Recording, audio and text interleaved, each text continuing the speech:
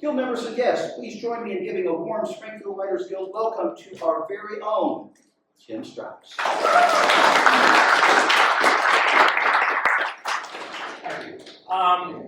How many of you are just, God, I hate it. Okay, so we're about even here. Okay, so good. And how many of you just don't give it in? All right, so let's get into it. Now I want to give some kudos to someone who's not here. I was kicking and dragging myself into this whole AI thing about a year ago. I had just finished The Ring and was just ready to start working on the purse and everything. And this person said, you really need to be looking at this.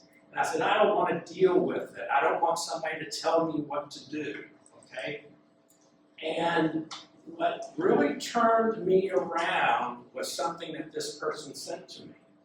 And what this person sent to me was an argument that he was having with his AI chat box because the AI chat box could not get it done right. Okay? And Ruth, you've probably been through that. How many people have had that experience? It is rough. I mean, it really is. And so we're going to talk about that as one of the limitations here. So large language models, LLMs, is the word I'm going to use. Why? Because I think artificial intelligence is really a dreadful phrase. It's those same people came up with that phrase that came up with the phrase irradiated food. Okay? It's a technical term that just doesn't really make any sense, at least to me. So this is a very personal kind of presentation. So we're going to talk about what a large language model is, how I use it in my writing, how you deal with the subtleties and the hallucinations that it will always give you, unless you're careful, variations of available systems from what I have used, and then asking the question, will AI LLMs take over the world of writing? Okay, so let's go through some of this. How did AI come to be? Okay, it started off as a rule system. And somebody sat down and said, well, if A comes after C except for B except for Q, or if you're crossing the street, you should look left then right, or right then left, depending whether you're in England or in the US, or all these rules that there was just no way to get there. Okay? Then someone came up with the idea that said, wait a minute, how do humans learn? What makes humans different? We learn by rules. We learn by what we hear. Okay? Way before we ever sit down with a grammar book, we're sitting down with our parents and they're talking to us. By the way, we start imitating them when we start having children, right? We start using the same phrases that they do. And that's really a key when you start thinking about LLMs. Okay? So it came that way, that if you start being able to hear a lot of words, whether it's being read to you or whatever, you're going to start picking up intelligence. You're going to start forming intelligence. You're going to start forming your own emotions. You're going to learn. So what do LLMs capture? Well, they capture how we learn, how we preserve knowledge. Just think about the world with no books. We'd all be unemployed, right?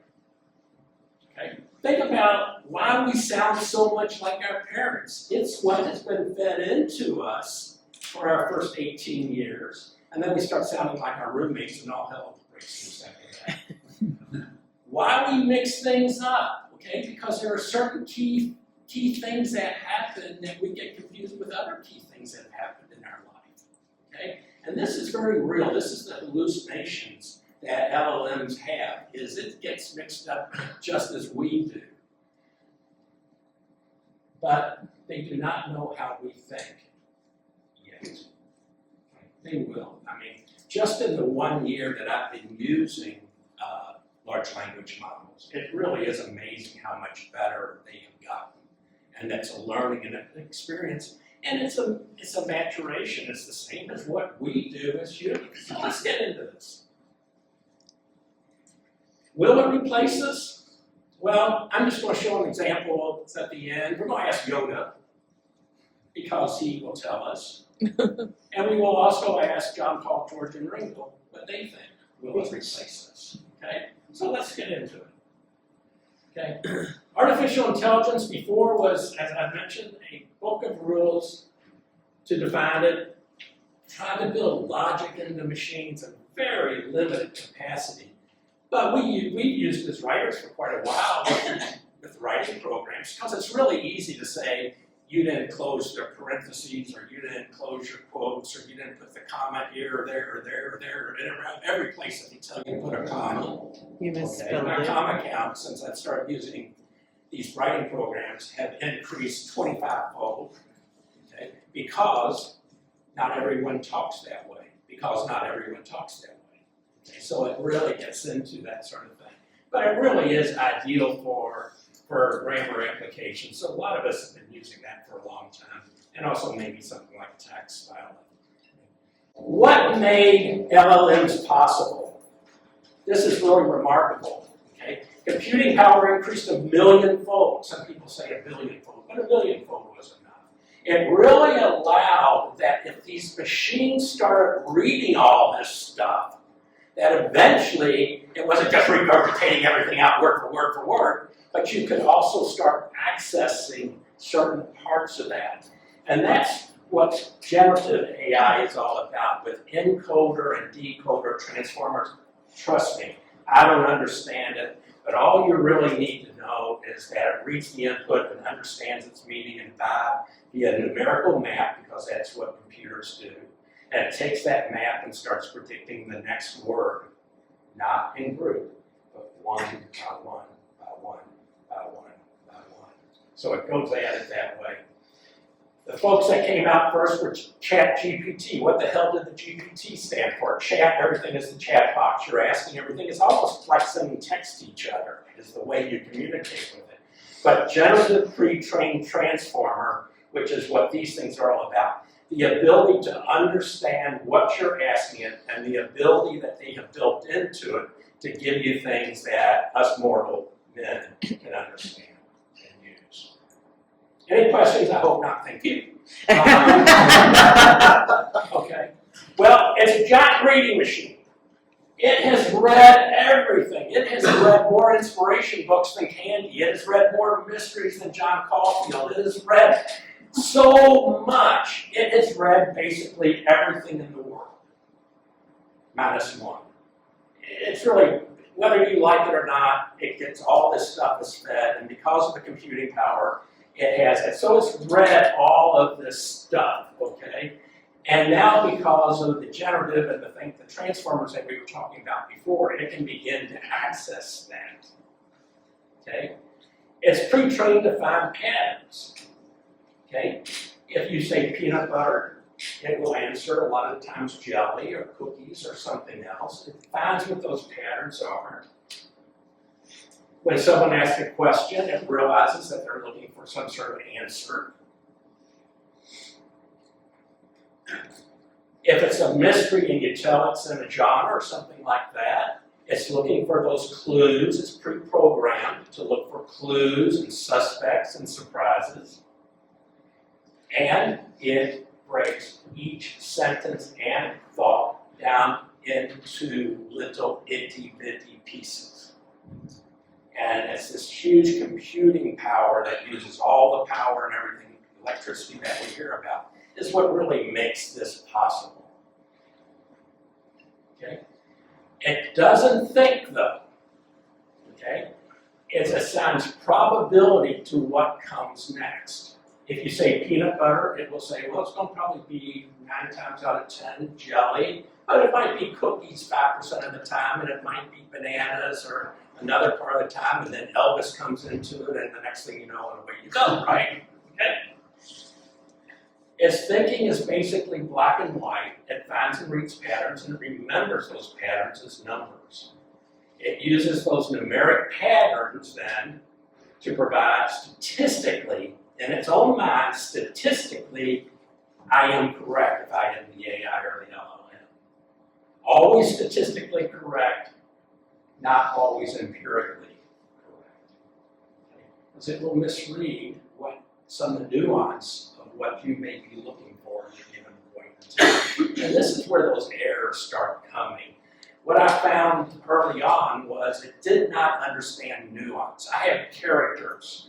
One character steps into the fire and it understands that. I had other characters that kind of were a slow burn in what they accomplished, and it would never pick that up early on, a year ago. It just could not keep track of that, and then it gets into memory and things like that. I want to put this in writing right in front of you. I don't use LLMs to write my book. I use it as a tool to help write my books. And what I want to do is just open the door and share with you how I used LLM to write my previous book, which I happen to have here, which I know every one of y'all have read, called The Price. Okay. You'll have a chance to win that at the end of the day. Okay? So Chris kind of told you what the Jeffrey Wine series is about. He's a Washington Post reporter, he's an investigative reporter, but he's really a Metro reporter. He always ends up in the middle of political kinds of situations and that. So let me tell you what this book is about, because I will be using this as examples. So this is going to be both a test of that. Here's the back panel. Let me preface by saying one thing. This book is about 2025. What happened last year politically is the background of this book. It's not the story, but it's the background of the book and this political thriller. About it, Mr. Wines. Who else can investigate this? Who else should? What government agency would you trust to reveal whatever this is about? With that challenge, Chief Detective Stacey McBee slides a single sheet of paper across the table to Jeffrey Wines, a handwritten note in Russian Cyrillic, recovered from the stolen purse of the Secretary of Homeland Security. Its translation is chilling. Madam Secretary, our intelligence indicates your Supreme Court justices are aligning a group of exceptionally well-trained men. Given the types, it could mean trouble, somewhere, and for someone. Forensic analysis delivers an even darker twist. The Secretary's fingerprints and smudges are all over the page, yet she never disclosed its existence. Is it a crude hoax? A calculated Russian provocation? Or evidence of a conspiracy reaching into the highest chambers of American power? So this event may sound familiar to some of you. We all read in the paper about the Secretary of Homeland Security whose former stolen out from under her purse. And that what you may not have realized is while the money and the credentials that were inside the purse were recovered, the purse itself never was. And that became the essence of this mystery. What else could have been in that purse? And that's what this is all about. Okay, now, so what I do is I feed into LLM, mostly ChatGPT, but some of the others, is I feed in my manuscripts as I'm going along, okay? Because it's kind of a editor check for me, and I'll talk about that in a minute. So when I fed in the book pretty close to the end here, what was the first thing it said to me? It said, "Oh my God, this is a future bestseller!" It probably did. What it did is it broke it down into little itty pieces and said Detective McBee must do something. It looked at the pieces around it, the context, and this is really important with this whole model, the context. It asked, what pieces are important? McBee left his office, calls Jeffrey Wine from a private location. He needs to meet Wines right away. Wines and McBee are so it determines that McBee and Wines are the main person. McBee has something important, and it must be because I told it. It's a thriller. Okay.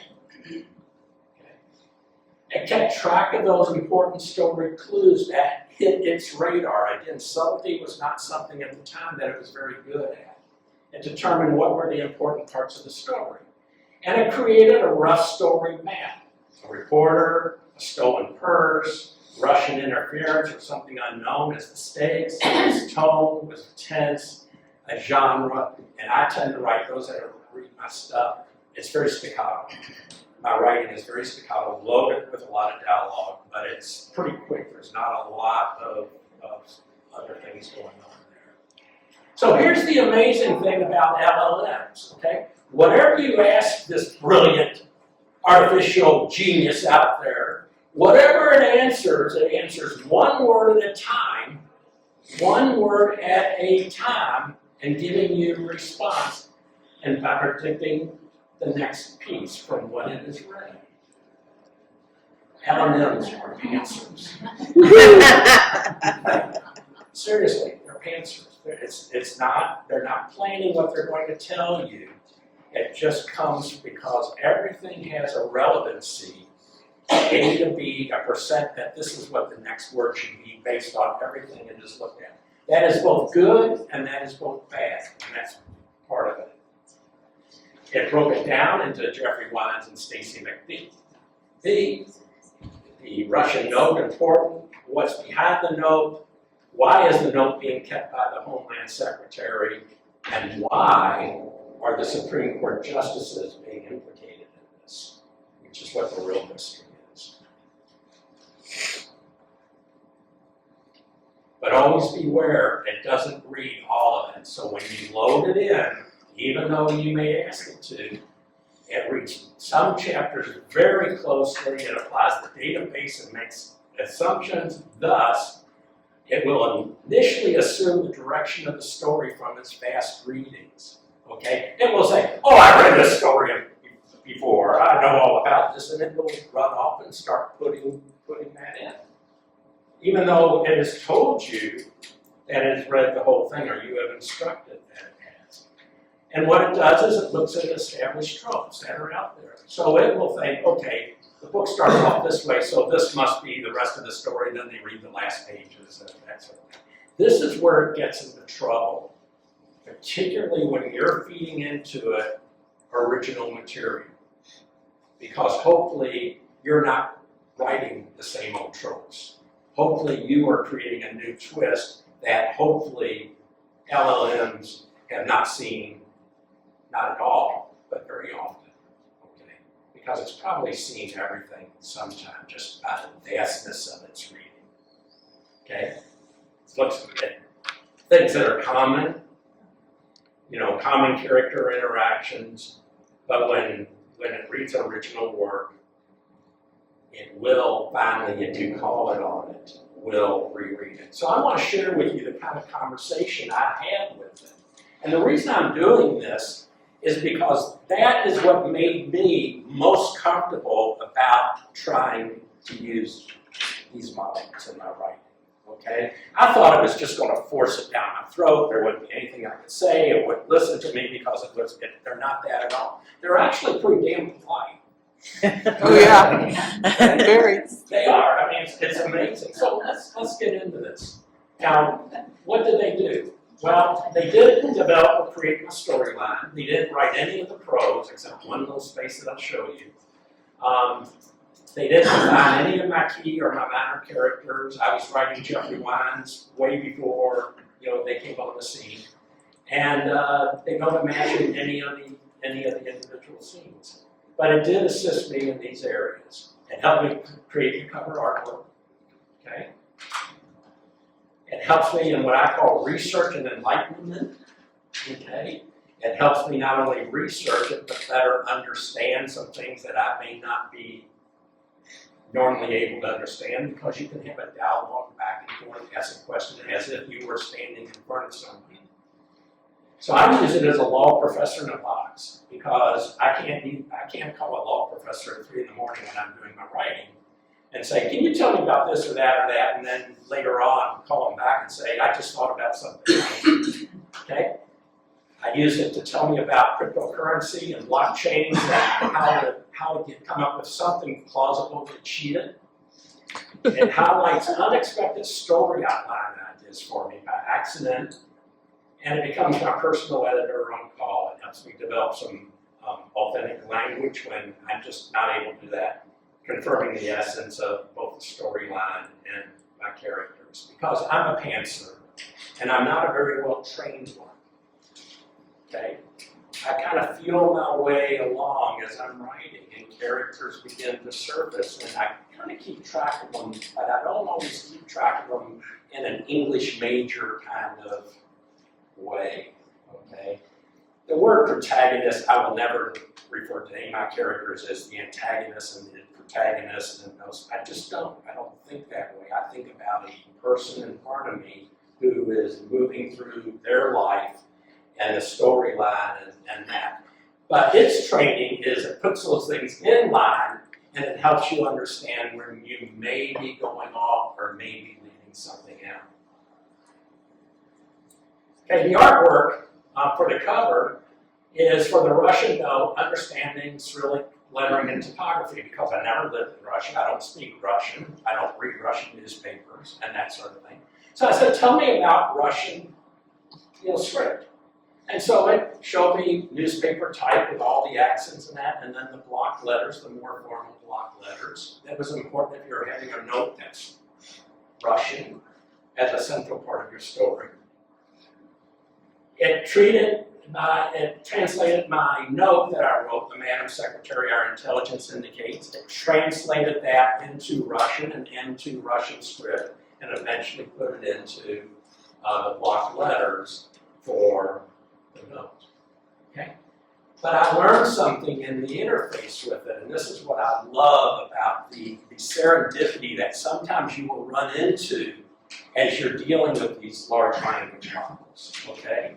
So when I asked it, and just to be sure I wasn't telling a dirty joke about Russian, I actually had a couple of different programs read this and tell me what it said, okay? Because I didn't want it to, like, something you could read in a romance novel. I didn't want it. Say something inappropriate. So it informed me that I did not use the correct idiom in writing this, Russian idiom. Do any of you speak Russian? Write Russian? So it told me, no Russian speaker would ever write that note that way. What am I talking about? Okay. So, and it said, I'll rewrite it for you into the idiom. It suggested a change. I kept my original. Why? Because it gave me a plot point later on. It's one of those surprise things that could occur that there's no way in God's green earth I would have ever been able to, as Andy does, outline it all out as an organization, as a pinch point. And it really did become, and it did play into one of my characters, established characters, one of his skill sets anyway. So it's kind of an interesting pantser kind of lockout situation. Okay. Now it did the artwork for the cover. Okay, and prepared the note. Okay, so there's the note on page Xerox paper. I asked it to produce a black and white ominous-looking photograph of designer person. No, it didn't do this just like that. It didn't even do it this way. It took it a while to get to the point of what I wanted. And then it inserted the note into the purse. And voila, it became the cover of the book. Okay? Now, what about with the storyline research? It gave me extensive research into a lot of different areas. These are the three I'm kind of going to talk about. The law professor in a box, legal and constitutional issues, finding a viable security flaw in cryptocurrency, and bios of fictional characters. But I also used it because I needed something that worked like LSD on someone, but instead of giving them more perspective and everything that LSD does, I wanted something that did the opposite. When they were under the influence, totally blocked it all out. Okay? Well, there is something like that. It's called Salvia Devorum, and it's a hallucinogen. I read in the newspaper sometime before writing the book that the Russians had actually hacked the court system, and all this confidential information that's in grand juries and everything were all out there if you could access the Russian hack of it, which is pretty amazing, right? Having that information out there. So other kinds of things that I did research into. Okay.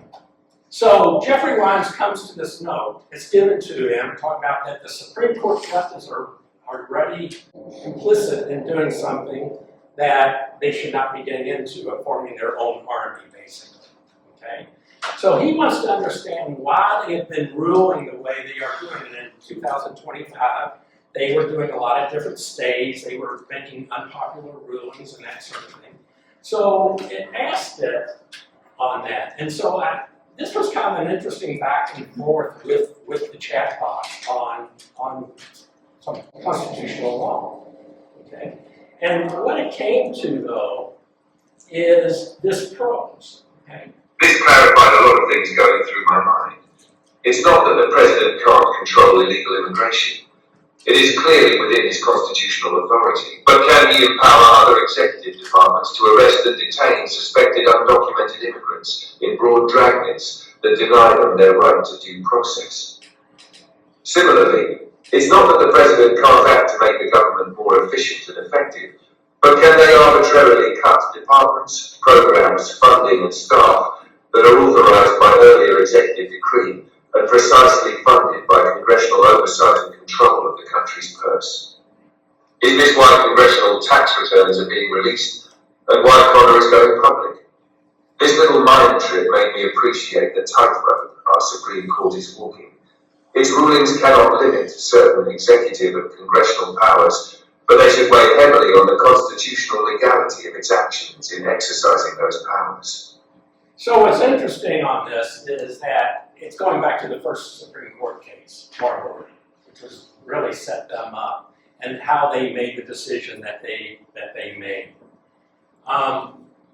So that was one thing that became helpful to me as I was writing that back and forth. The second thing that it did is finding a flaw, because I have a character called BC Level, who is a former, who is one of the kidnapped Supreme Court justices, or excuse me, Supreme Court clerks, and he not only is he's a clerk, but he also was a former SEAL, and also has several pending patents for ways to bring down and protect blockchains.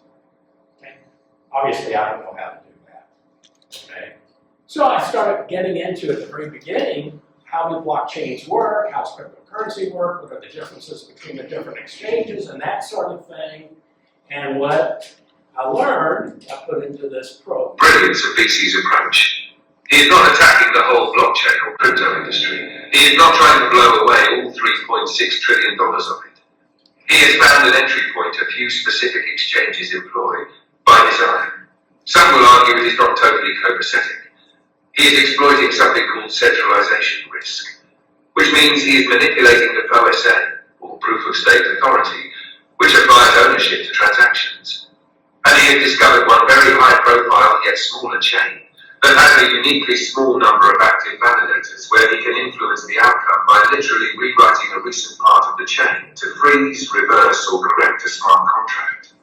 But he has chosen to do none of these. He is essentially trashing the immediate contract and each one before it to never be seen again.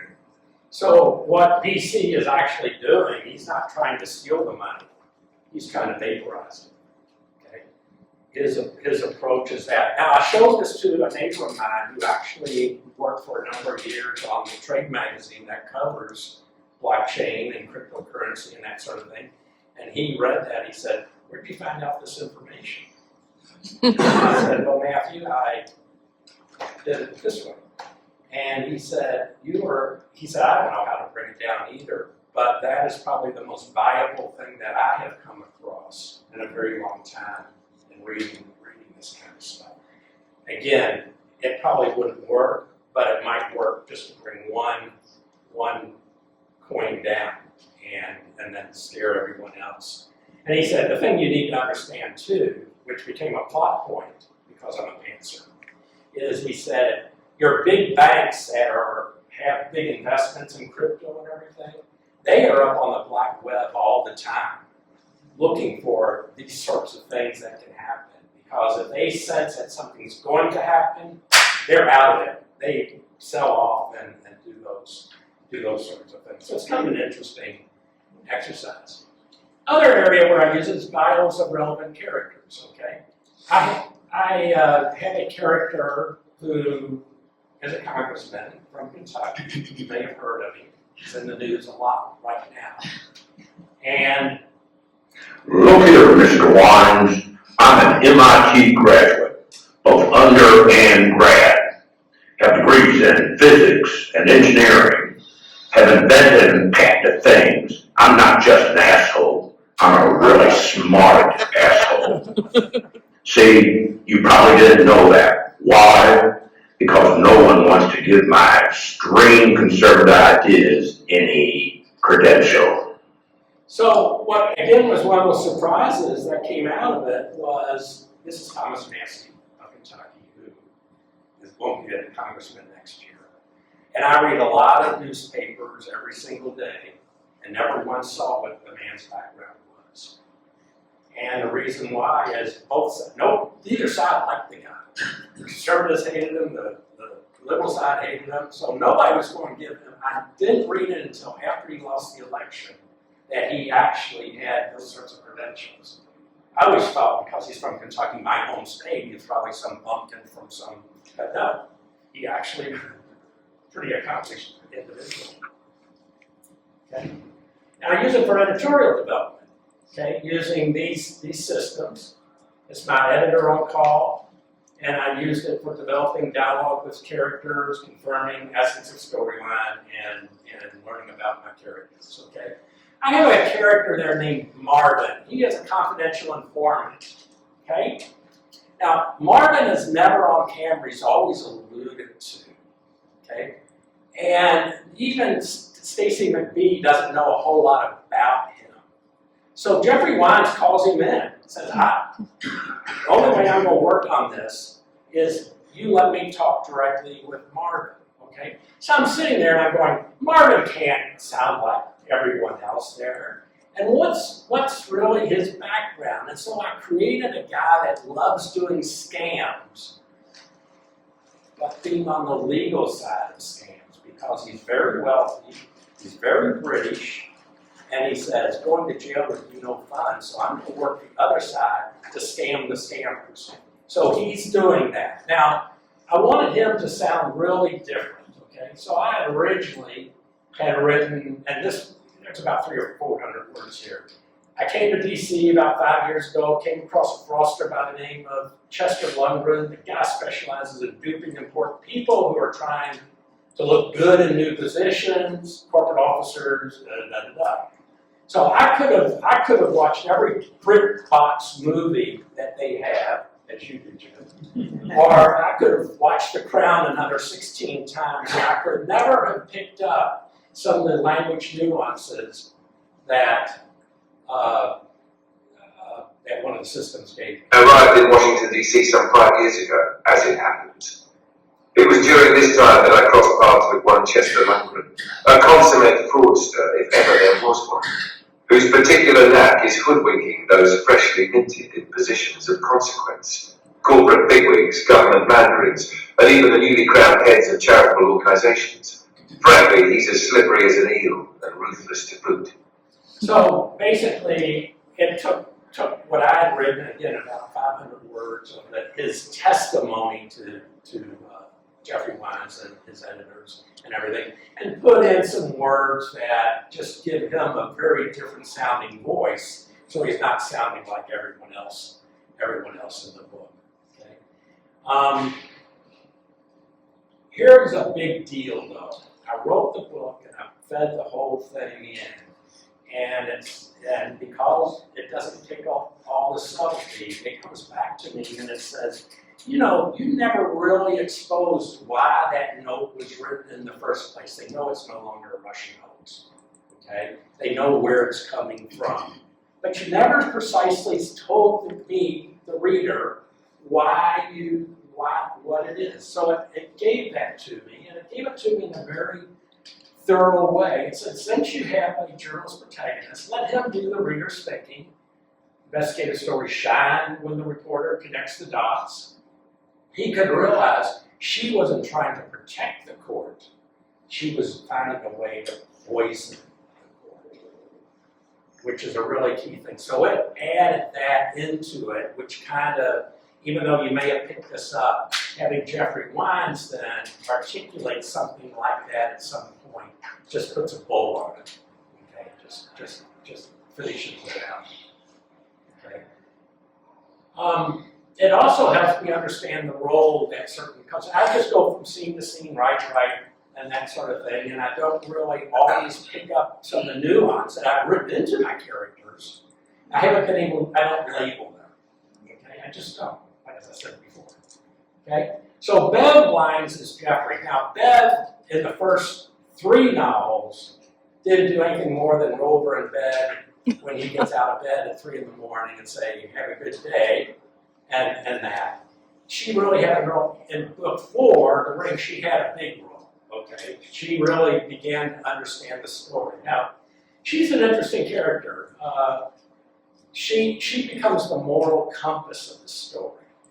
And I found my job was to leverage her position as an ER nurse, insights, outrage, spousal support, compromise, safety. And also, she's a bad guy.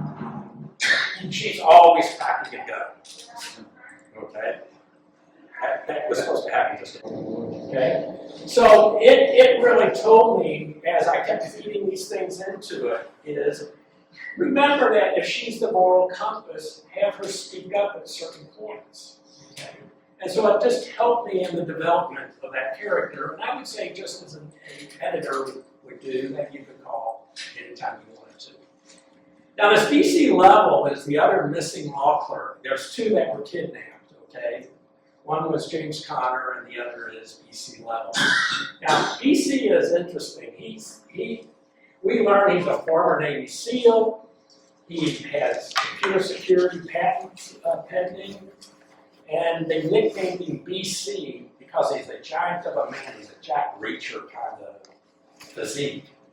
And one of the female justices gave him the word BC from the old BC comic book, from the old BC, Poetry Club and that sort of thing. And that.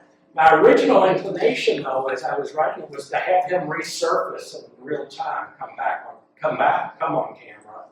But I found it was better for the story to keep him hidden, so he never surfaces in that. And I gotta say that was where, just maybe some of the things that I pointed out was beneficial. Now, here's the warning, and I'm going to take you through some dialogue that we had here, okay? My instructions was, I am going to upload manuscript for a political thriller, telling them what genre it's in.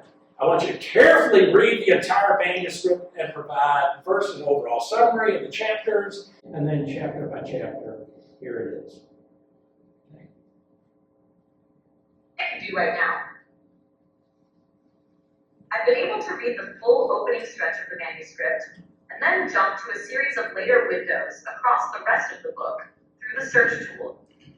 That gives me a pretty solid view of the overall arc and of a number of key chapters. For some in the middle, I have to infer a bit from context. I'll flag anything where I'm clearly general rather than ultra-specific, so you can adjust as you like. Okay? It absolutely blew it. Okay? Your reading seems, this is mine, your reading seems a bit off. Okay? You have introduced a character called McMuffin. And the person's being found by an ICE agent.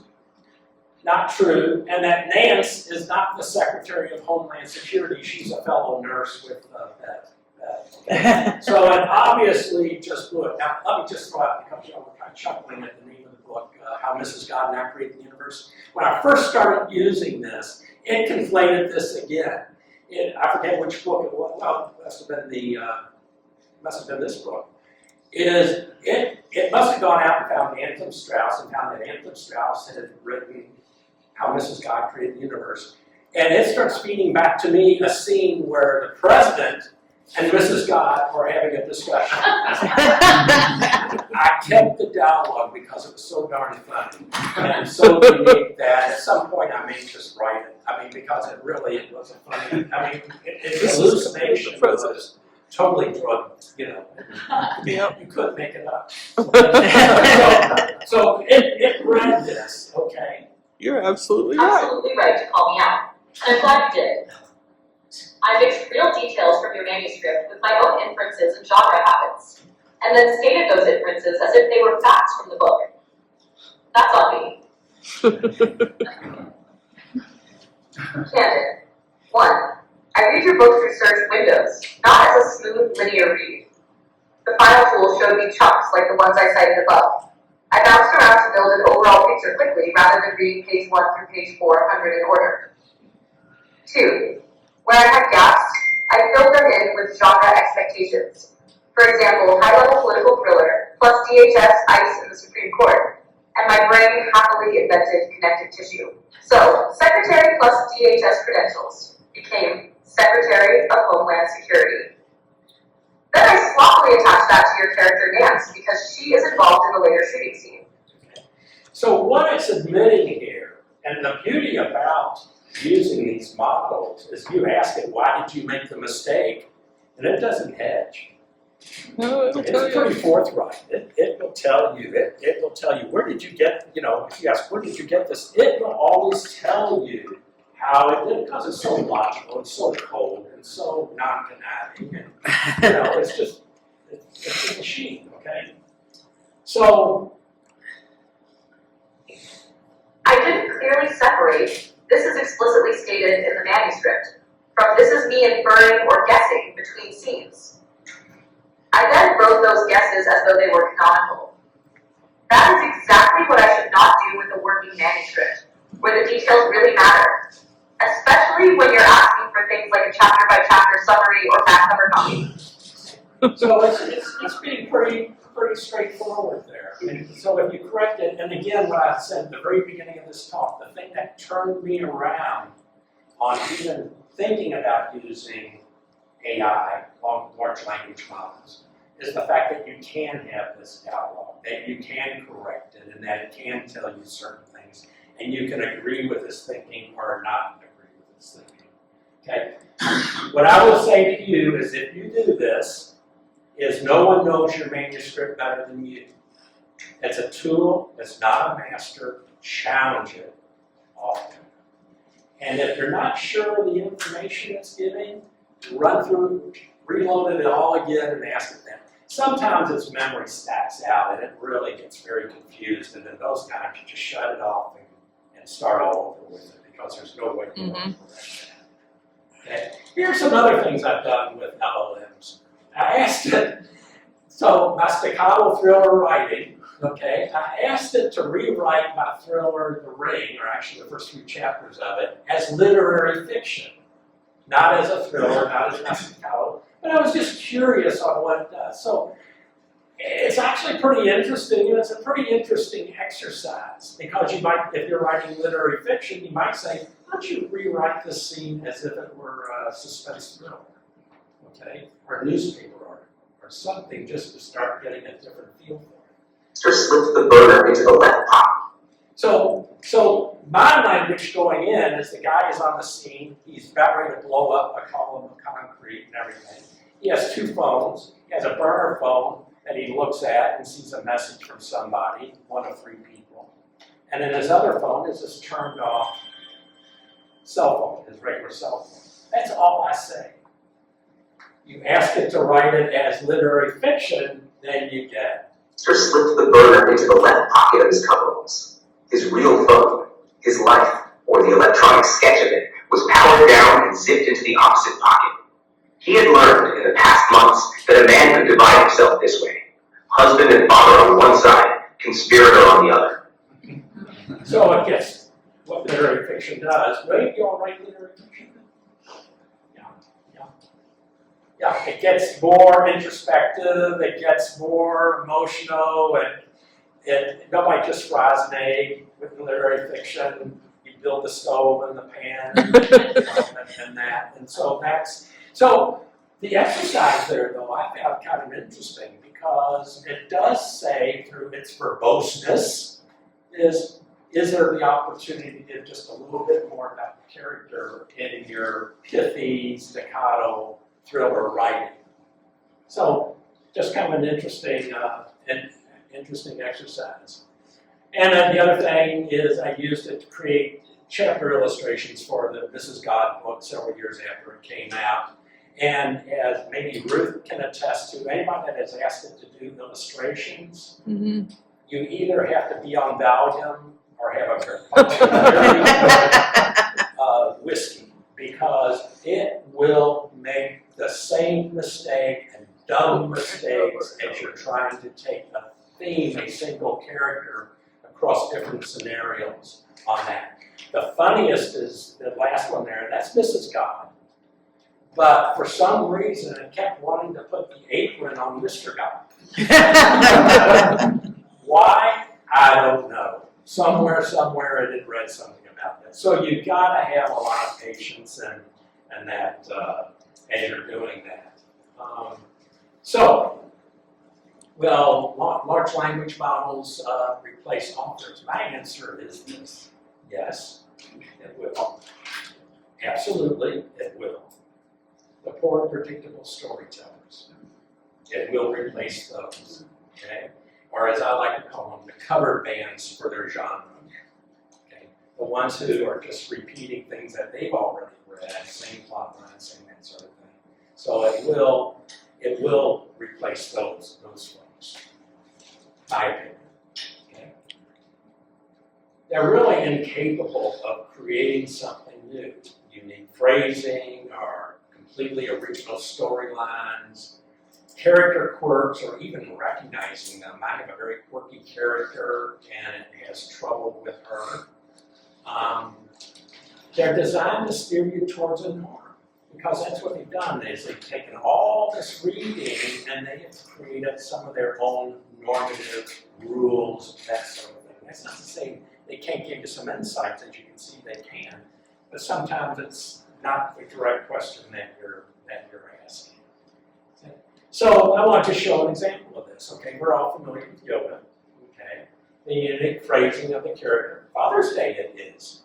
Okay, right. But it would have probably said, or it told me, it would steer you to it is Father's Day. Okay, because that's what it's used to seeing. But once it has that, and because yoga's language is so much a part of a lot of books, a lot of articles, it's really hit the radar of large language models. So a great dad you are. So if you, and this is a concern that I hear a lot of people say, it's going to steal my work. Well, if you pee in the ocean, it doesn't mean the ocean is yours. Because it has read everything out there. It has read millions and billions of words, okay? So any single phrase that you give it in one piece, it's not going to pick up. But if you create that phrase and it's repeated in many works, then it may begin to pick it up. It will. Okay? So that is the sort of thing that is my answer to that kind of concern. That's how you just came back from the ocean. No. So let's explore love. And it's the most common word written. Now, I had to do an exercise. I said, everywhere where I use the word love in some of my writing, I want you to tell me how I'm using it. And it was most disappointing to me, because it was always the same way. So I went up online and I had a bunch of books downloaded. So I did searches on the word love and lots of books in my digital library, not filed and everything. And it was kind of the same thing. You know, it's all used pretty much the same way, the same phrasing, and that sort of thing. So I asked myself, well, who knows love better than anyone that we can talk about love? Okay? So I went to the Beatles, okay? And I would like for somebody to sing just the key phrasing of First Love Me Do. Who will sing the key refrain? Hear it by your head. Love me do. Do it loud with feeling. Love me do. Keep going. I love you. I'll always be true. So please, love me do. Okay. So that's the way the Beatles did it. we'll do 8 days a, oh, who wants to do 8 days a week? 8 days a week. No, that's what you got for me. Liz? I don't know. 8 days a week. Who goes 8 days a week? Okay, 8 days a week. So, just to understand how ChatGPT and this would, if it came across their radar, what would they have said? Now you're going back in time, but let's just see. What direction would it take if you saw the lyrics, "Love Me Do"? Now, read their answer, listen to their answer very carefully, because they make a huge mistake here, not only in understanding "Love Me Do," the nuance of "Love Me Do," but then the way they give you an option, another option. So just listen to this critically. Probably say something like, "Love Me Do" has a very simple hook, and that simplicity is its strength. The phrase is direct, pleading, and easy to remember after one listening. The grammar is unusual. A more standard version might be, "Please love me," or "Love me do." But the odd phrasing gives it character. It sounds conversational, almost childlike, which helps the song feel sincere rather than polished. The lyric is emotionally clear. The speaker wants reassurance. That is enough. Don't overcomplicate it. And then ChatGPT might ruin history by saying, "Consider revising the hook to 'Please Love Me Too' for clarity," which would be much worse. What did it not understand? To do and to. Two. And what was it, what's the nuance there? What's the meaning? What's the emotion that it failed to pick up? Love, Love Me Do is not asking to be the second fiddle. Love, Love Me Do is one-on-one. And it failed in the description. I had forgotten the wrong way, but in the description that it's giving, it makes reference to that same mistake. It's a very interesting thing on what the emotional side, it has trouble picking some of that up. And that's as a writer who is using it, you need to really be aware of that. I decided, okay, let's take this one step farther. Okay, the Beatles composed 8 days a week. What would you have said if the song was originally funneled into ChatGPT? Okay. Its answer was, and I abbreviated this, the central idea works because it's exaggerated, but easy to understand. It says, "I love you more than time allows," which is kind of a romantic thing. Another writer said, "When love hits you like a big pizza pie," you know, and Stars in the sky. that sort of thing, or some people call their lover a tramp. So there's a lot of counter kinds of things to it which are interesting. But then tragically, I might have added, consider making the phrase more realistic, such as, "I love you every day of the week." Okay. Well, it's made two mistakes here. One is that, and the two is every day is 2 syllables, 8 is 1. So it goes in there, but, which would have been terrible advice. Okay. So there is, with 2020 hindsight, it does realize that the obvious answer it might have given you would have been just no. Yeah. So there may be help out there. Okay. So the question you ask yourself is, which model is right for you? Okay.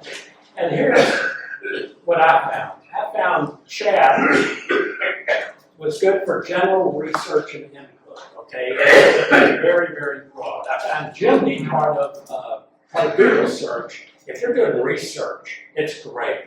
Because you can have the kinds of discussions that I said, but it will always give you the page link to where you can read exactly what it is. So if you're trying to get data and information, that sort of thing, it's wonderful. Claude is kind of new, and my experience with it is limited, but I found it's very intuitive. A lot of the problems that I had earlier on with Chat, Claude, because it came later, has really come along on that. And Chat has to a certain extent. It seems to understand subtlety much better than the others. The one that comes free is part of your Word. Some rewrites, it actually was the one that rewrote the British for Marvin, but generally less than helpful. I just, I find it's way behind the others from my experience. So you'll find what is right for you. Questions? Comments? Any fruit you want to throw? It does not understand sarcasm at all. Right. It does not. I got in trouble in Facebook because I made a sarcastic remark. I was in Facebook jail for a couple days, and I had to, tell them, your AI does not understand sarcasm. Yeah. Other comments? Jim? I get the feeling that this took a long, long time. Could you have written that same book by just using a thesaurus and going to Google to find what you needed to know? Yes and no. I really don't think I could have gotten the legal understanding without going blind. Okay, because it would have taken Too long. And there's no law schools in Springfield, so I would have had to travel someplace to talk to a constitutional law to get out of that. But yeah, you could probably do it, but life's too short. How time consuming was it compared to another book you've written without? This book, everybody was kind of amazed at how quickly. So I started it. It was done in 10 months. And I think some of the issues that I got into, if I had to go the old Tom Clancy way, where he spent months and months in libraries going into obscure, it would take me forever. And quite frankly, I'm not sure I would have understood some of the things as well. I would have never gotten the plot point with the idiom, the Russian idiom. I don't know how I could have ever gotten there. But something that has read everything and understands in different languages, it kind of spit it out to me. Other questions? Yes? How did you cite your ChatGPT illustrations in your book? Well, it's what I had, and I was paying $20 a month for it. I think Claude might do it a little bit better. It doesn't do illustrations. Oh, instead of using an illustrator? I mean, when you published your book, did you attribute the illustrations to? Yes, to ChatGPT. Okay. Yep, I did. Mm-hmm. Yep. Andy? Did you do any research on, you provided your entire manuscript to Chat or what, about the copyright limitations? Do you feel like you still retain your copyright? Oh, absolutely. Yeah. Once you publish that, and also what I do is I keep an ongoing, every manuscript, every morning, every time I sit down and work on my manuscript, there's time and date that I keep on. So I have and I don't trash those files, so it's there. And then of course, once you publish it, it's Copyrighted. Yeah, your copyright's in place. So I really don't, I'm not afraid of that for my work. The only place where if I was doing a lot of original research into something and put it up and that research could be stolen or quoted out of my context, that may be where, but in terms of a thriller, a political thriller, I don't think, or fiction, I don't see that as a problem. There was another question. Dana. Oh, Dana. Yeah, so you said that you paid for $20 or what? Are they all, do you have to pay for all of them? Well, one comes with Word, Microsoft Word, or Office 360 on your computer. So Copilot comes with that. Gemini pretty much is part of your Google now. I don't know whether it's separated or not. On all three of my devices, it's there. Claude, a lot of these people are still giving me free stuff, free time and everything. You can pay for Claude. You can pay for Claude though and get a little bit more. Yeah. The big thing you run into between paying and not paying, the $20 a month or not paying that, is it can cut you off and it really limits the memory that it can give you for a second. And it's really all about memory. When it starts getting into memory problems, then Mrs. God suddenly shows up. And that creates an issue. Chris?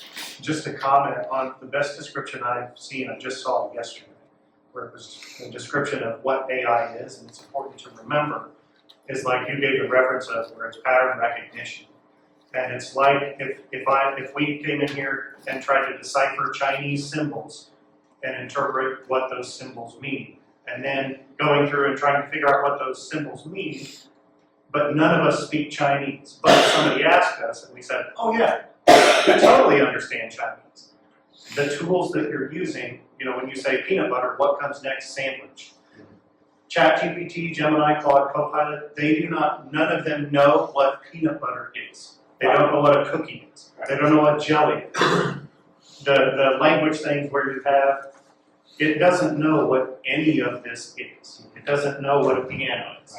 It can describe and interpret a piano, but that's why it breaks it down into those little chunks. It's literally just symbols that fit into a pattern, and then it's trying to pull out of that pattern something that you, as a human, can use. But you have to be careful with that because it can steer you down random pathways and go way off in the weeds and lead you away from what you're trying to accomplish. Yeah, exactly. Yeah. Liz first and then Pat. So obviously using this for research is a big thing, but we all know that it lies quite often. So how much time did you have to spend in checking what it tells you with original sources? If it is really important, I will go back and look at it on a different system. So But if you it's, still one of use my, the if AI. it's one of my fact details that are on there, like really that guy's not from Kentucky, okay. Or if, but even on something like the cryptocurrency,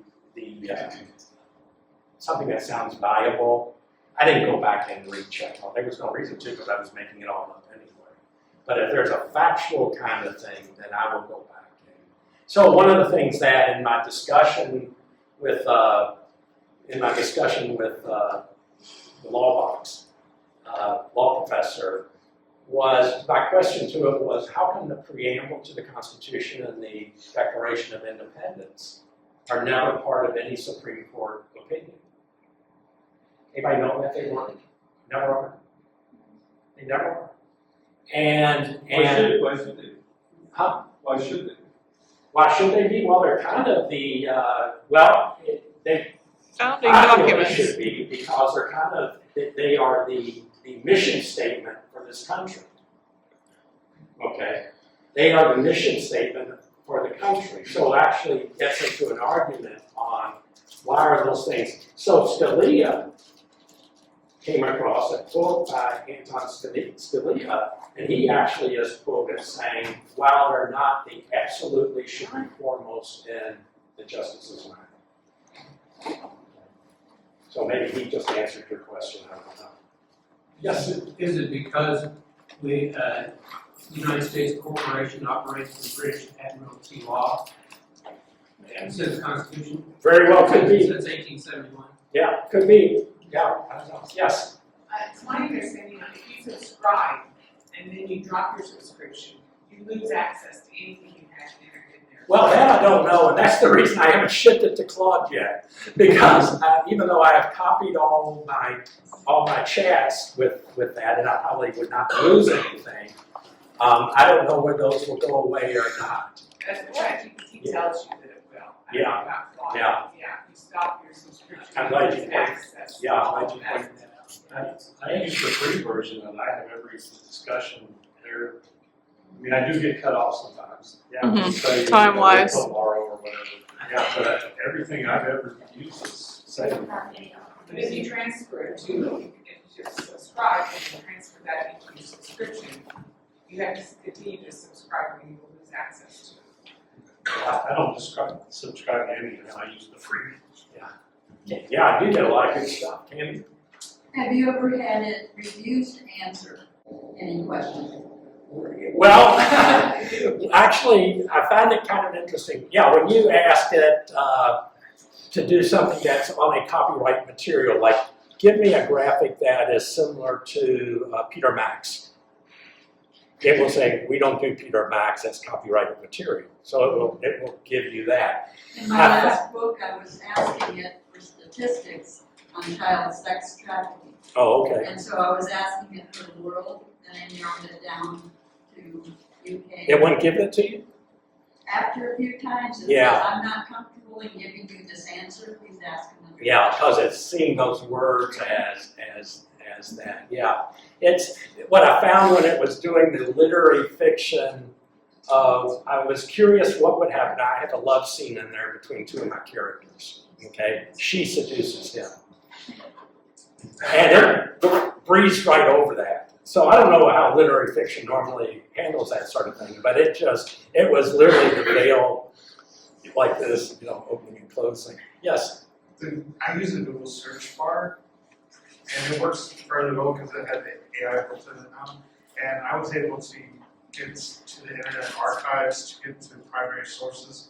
I have a scene in one of my books where I'm doing Appomattox surrender, and it's just really short, it doesn't really matter. But I was able to get to those primary sources from there, and it was much faster than trying to search through several websites. And because of the AI built in there, without having to go through all these other platforms, I can use that instead. And you don't really have to search some, it doesn't really block you because it's a Google search bar on some of the questions you ask. So Yeah.